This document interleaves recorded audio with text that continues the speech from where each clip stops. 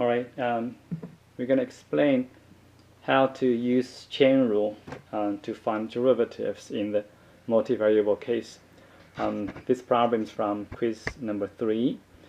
The first problem is pretty straightforward. You just need to remember that ux over here is 1 over 2 root x squared plus y squared and times 2x. So, and uy is equal to 1 over 2 x squared plus y squared 2y. And then the rest of the story is pretty straightforward. Okay, so we're going to skip this part and then we go directly to problem number 2. We need to take a derivative of u with respect to t twice, and we have over here u is a function of xy and x is a function of st and y is a function of st.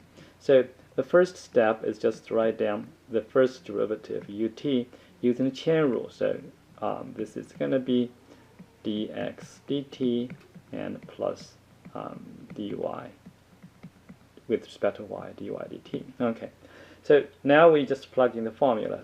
U is unknown, so you can just use x over here, and then derivative of x respect to t is simply s e to the term t, and then second one is even easier, and then we have uy, and here is just e to the s. Okay, that's it, and that's the first order derivative. Now let's look at the second order derivative. That means we take the derivative one more time respect to t, and we have to use product rule over here. This is a product, and here looks like a product rule, but really e to the s is a constant, so this is okay.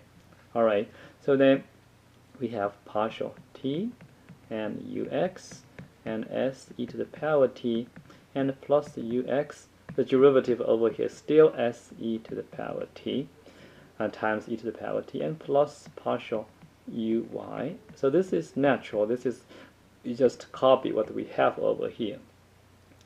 Okay, then we remember that ux is also a function of xy, and x is a function of t, y is a function of t. So we need to use chain rule. You don't have to write this diagram, but in your mind, this is what we have. Okay. So now we take the derivative. You can see copy over here where this partial t ux. Remember, take derivative respect to x first. So we're going to have ux x one more time and dt and plus uxy now and dy dt. Okay, and plug in the formula, then we have uxx. This is s e to the power t, and then here we have uxy, and this part we already know, that's going to be simply e to the s. Okay, so this is the first part, and then second part is very similar.